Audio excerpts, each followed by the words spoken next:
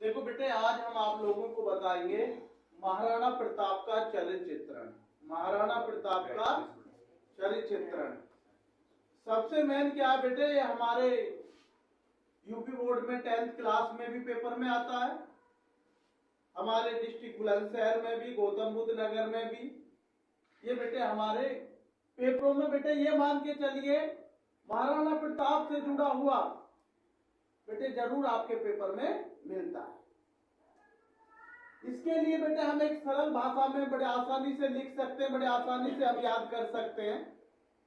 तो मैं आपको बेटे आज महाराणा प्रताप के क्वेश्चन को इस टाइप से समझाना चाहता हूं, अगर कोई भी एग्जाम में क्वेश्चन आए तो बेटा आप उसे आसानी से कर सकते हैं।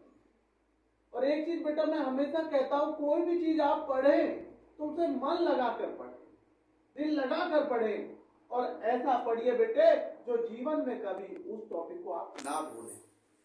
टॉपिक को आप ऐसे मत पढ़ो कि जैसे बेटे आपने केवल पेपर तक याद किया, उसके बाद आप भूल गए, या बेटे आपने 3 दिन के लिए याद करा, चौथे दिन भूल गए।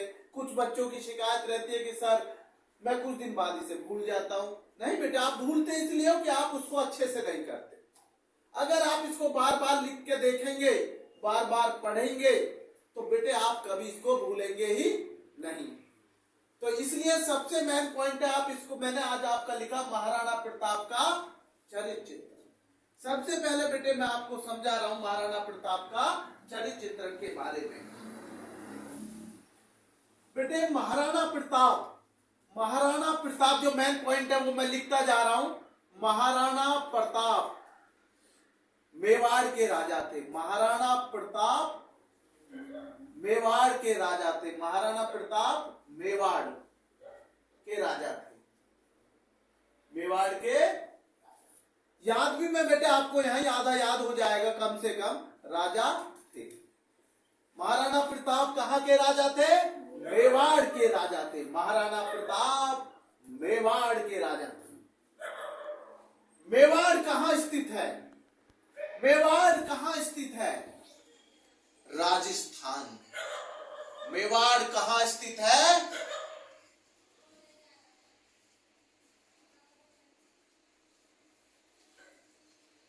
राजस्थान में। राजस्थान में बेटे कहां है? राजस्थान।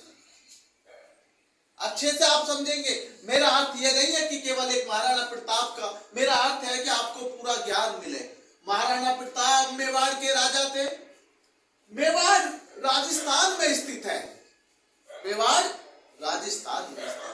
आप सब जानते हैं राजस्थान हमारे भारत का क्षेत्रफल में पहले स्थान पर राजस्थान आता है। एक सब्जेक्ट से आपको 2 निशाने साधने हैं। केवल हिंदी के लिए नहीं पढ़ना है, आप इसमें जीके के क्वेश्चन भी तलाशते चलेंगे और एसएसटी के क्वेश्चन भी तलाशते चलेंगे। इसलिए कहा जाता है जो बच्चा एक काम से कई काम निकाल लेता है या एक क्वेश्चन से कई क्वेश्चन बना लेता है, बेटा वो बच्चा जरूर आगे कामयाब होता है। और मैंने बताया महाराणा प्रताप मेवाड़ के राजा थे। मेवाड़ कहां स्थित है? राजस्थान। मेवाड़ कहां स्थित है? राजस्थान। तो ये सबसे इंपॉर्टेंट चीज है कि मेवाड़ राजस्थान में स्थित। अब अगला क्वेश्चन मेरा चलता है बेटे, जो मैंने आपको बताया क्षेत्रफल की दृष्टि में भी हमारा राजस्थान पहले स्थान पर है, क्षेत्रफल की दृष्टि। आगे बेटे मैं अब इसे लिखता चलूंगा, आप लोग इसे समझेंगे।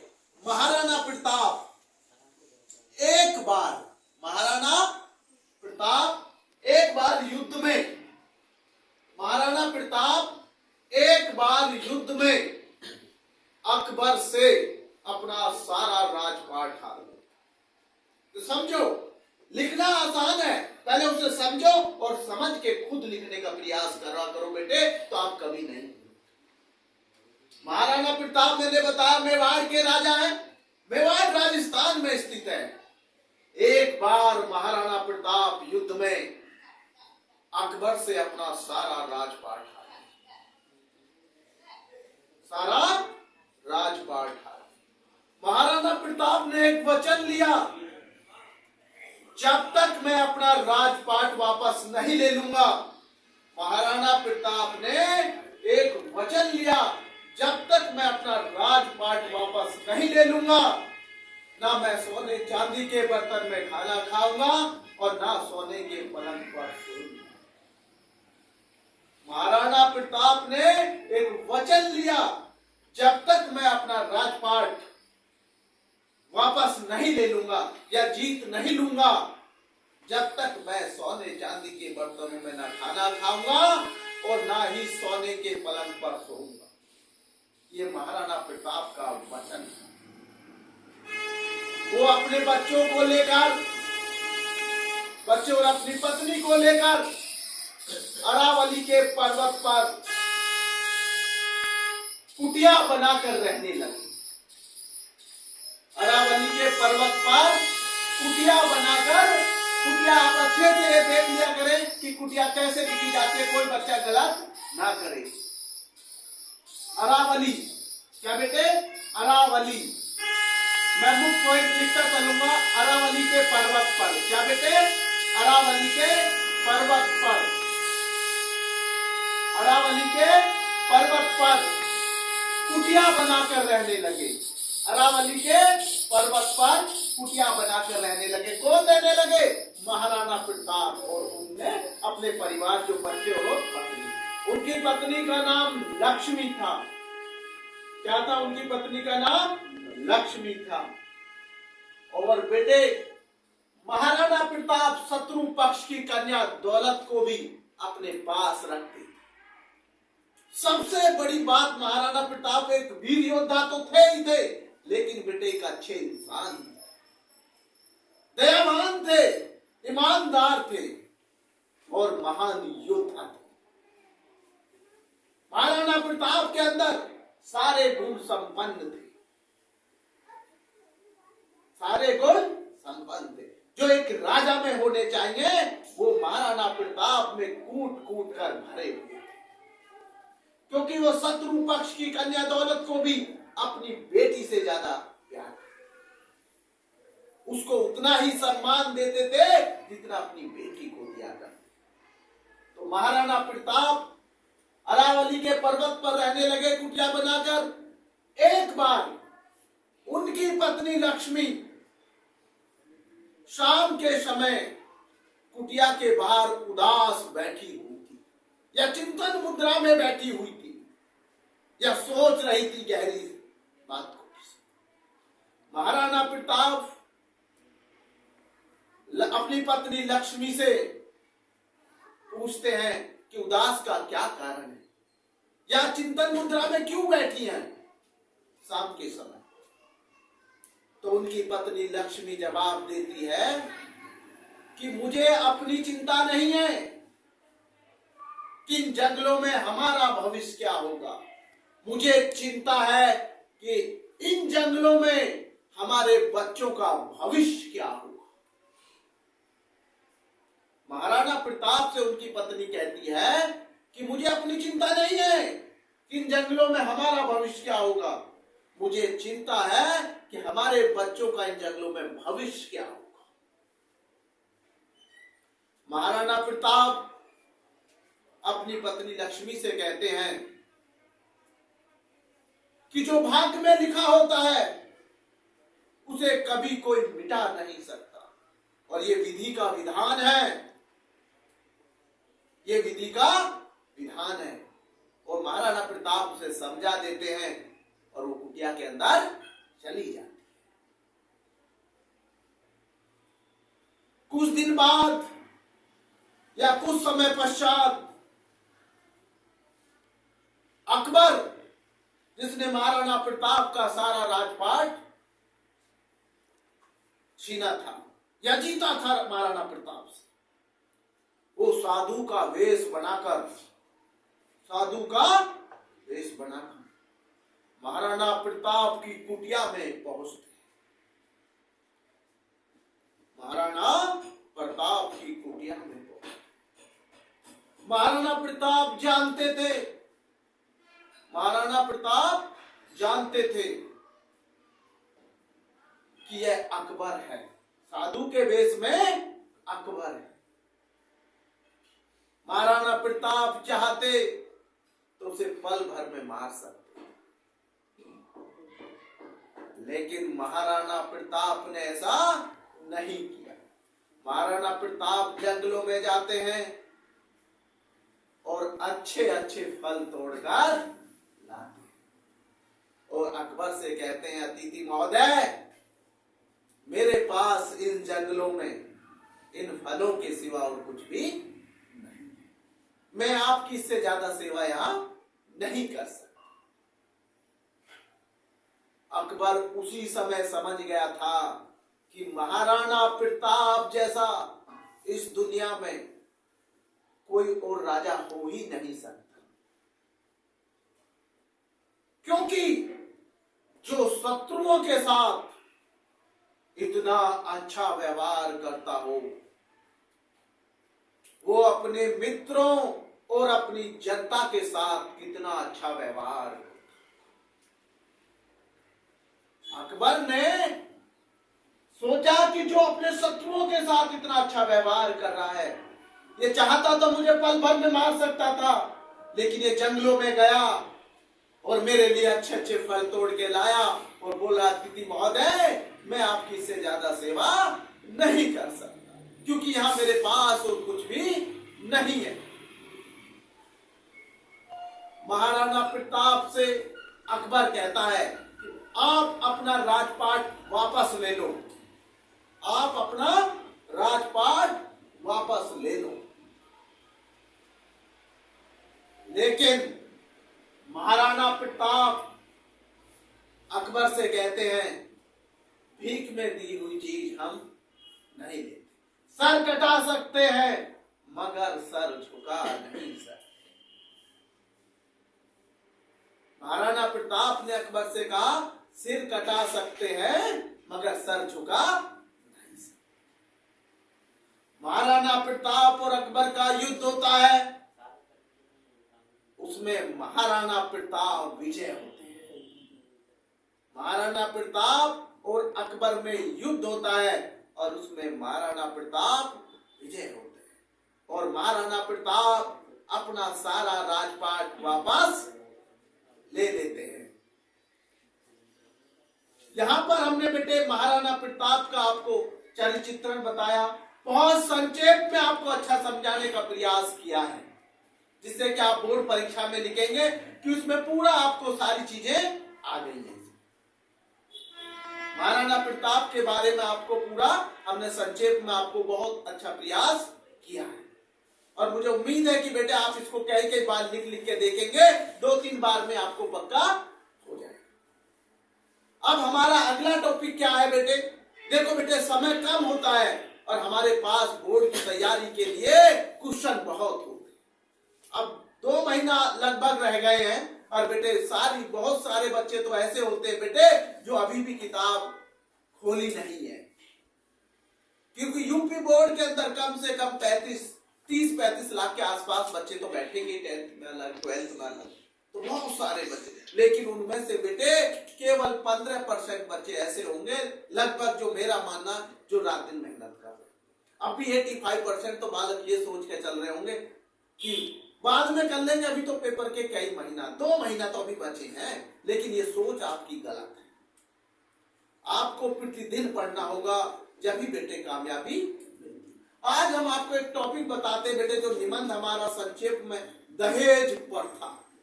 दहेज ये बेटा एक अभिशाप बनी हुई है इस समय।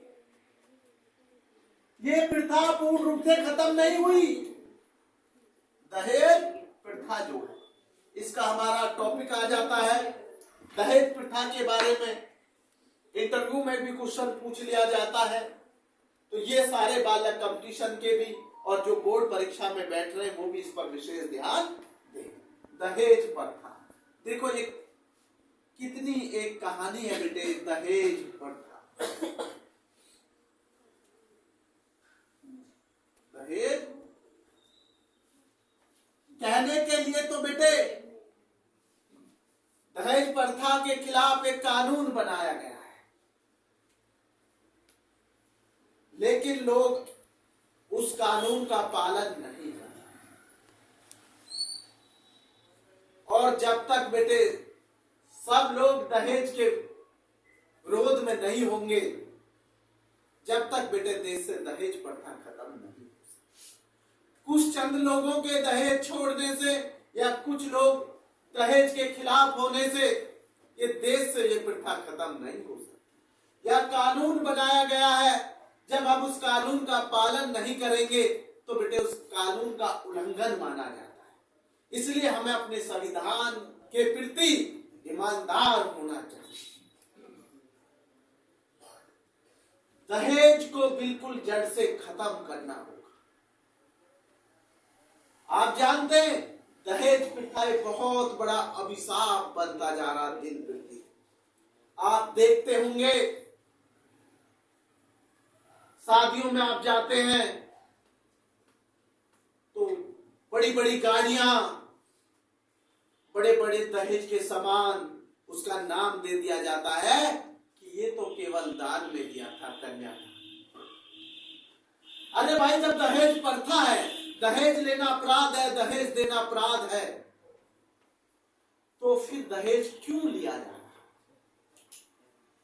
कभी आपने सोचा कि गरीब माँ बाप क्यों बेटी के पैदा होने पर उन्हें दुख होता है? पता क्यों? क्योंकि उन्हें पता कि मैं इतना दहेज नहीं दे पाऊंगा। दहेज के कारण मेरी बेटी, अगर मैं इतना दहेज नहीं दे पाया तो मेरी बेटी खुश नहीं रह पाएगी। नहीं तो कोई माँ बाप ऐसा नहीं है कि जब वो बेटी पैदा होती है तो दुखी हो, क्योंकि बेटा बेटी में कोई फर्क नहीं होता, कोई फर्क नहीं।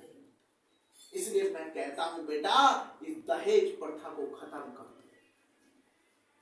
दहेज प्रथा खत्म होगी देश से तो बेटे मैं आपको एक चीज कहता हूं,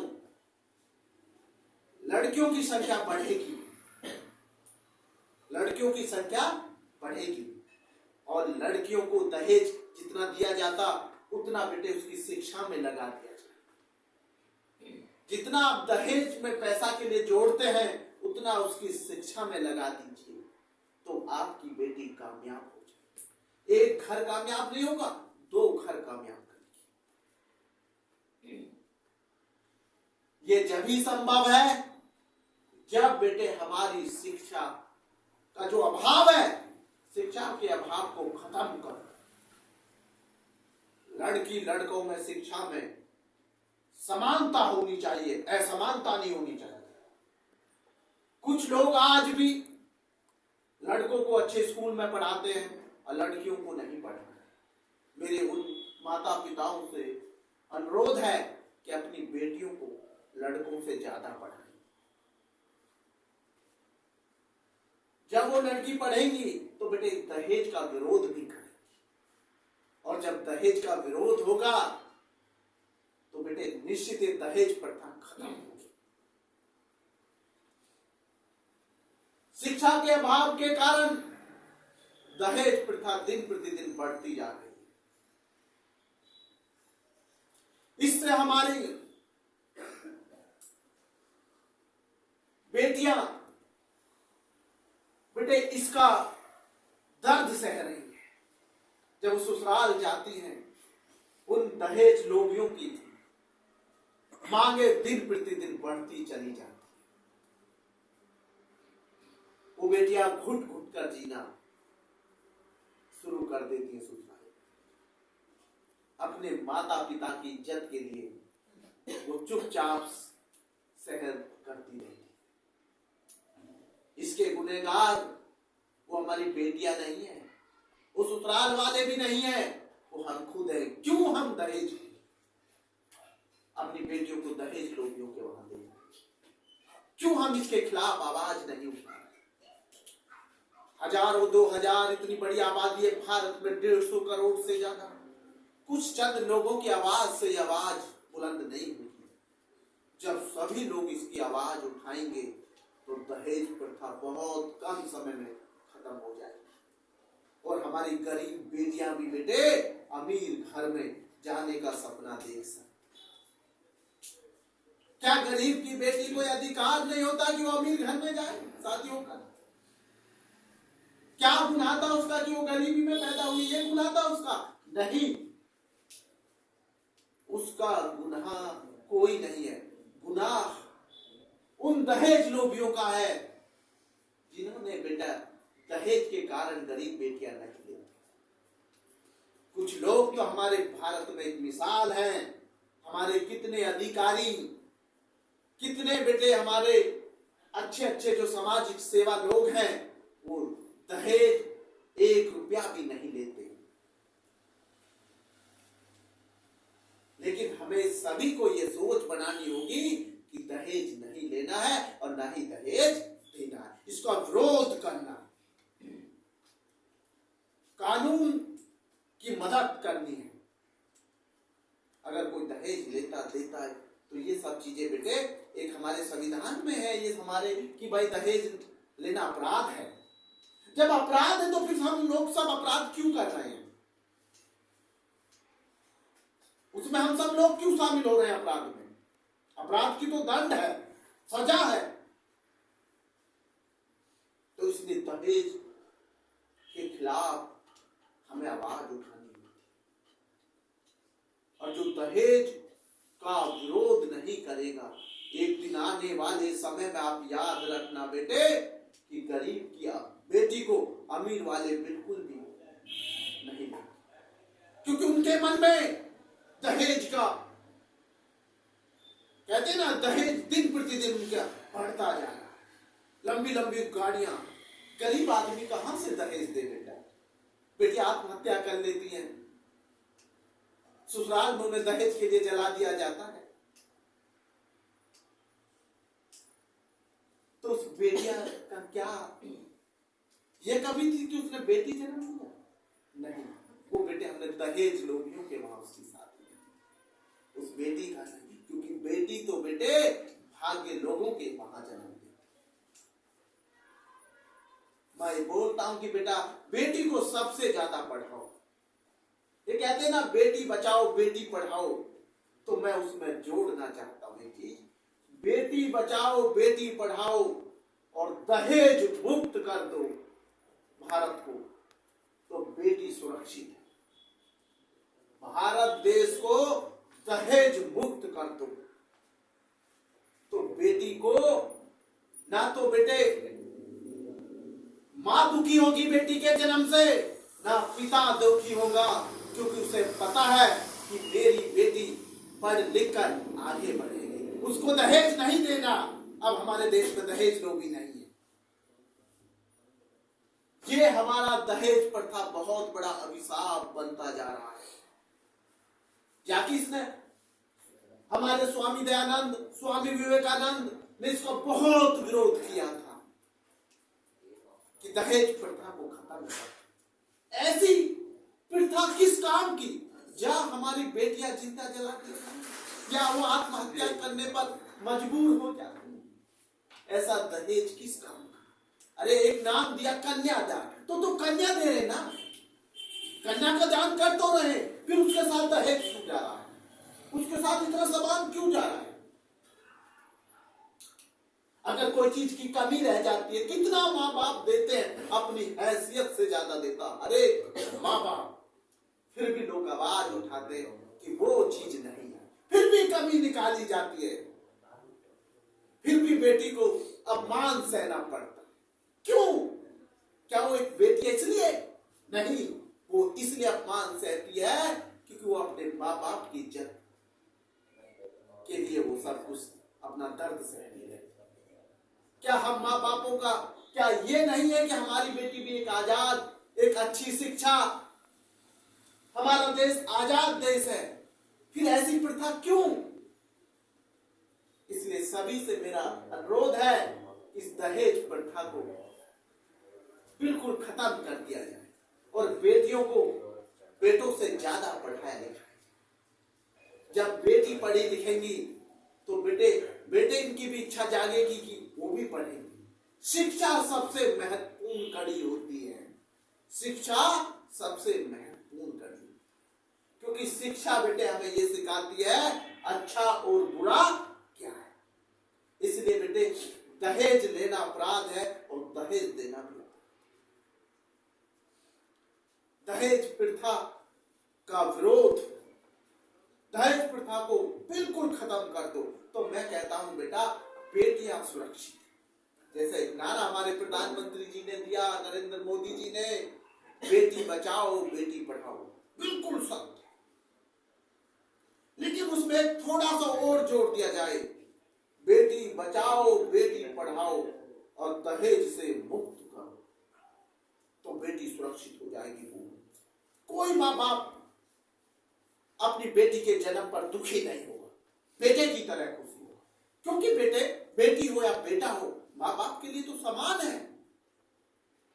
असमानता कहां जाती है? जहां बेटा उसके पास कुछ नहीं होता, उसकी मजबूरियां होती है, क्योंकि अमीर लोग गरीब लोगों को महत्व नहीं देते, इसलिए वो आने वाले अपनी बच्ची के भविष्य के बारे में दुखी होता कि मेरी बच्ची का भविष्य क्या होगा, क्योंकि मेरे पास कुछ नहीं। जब उसको ये दहेज प्रथा खत्म हो जाएगी तो उसके एक बार भी उसके मन में ये नहीं आएगा कि मेरी बच्ची का भविष्य, उसको पता है कि मेरी बच्ची पढ़ेगी लिखेगी और वो आगे बढ़ेगी। तो मेरा सभी देशवासियों से यही अनुरोध है कि दहेज प्रथा को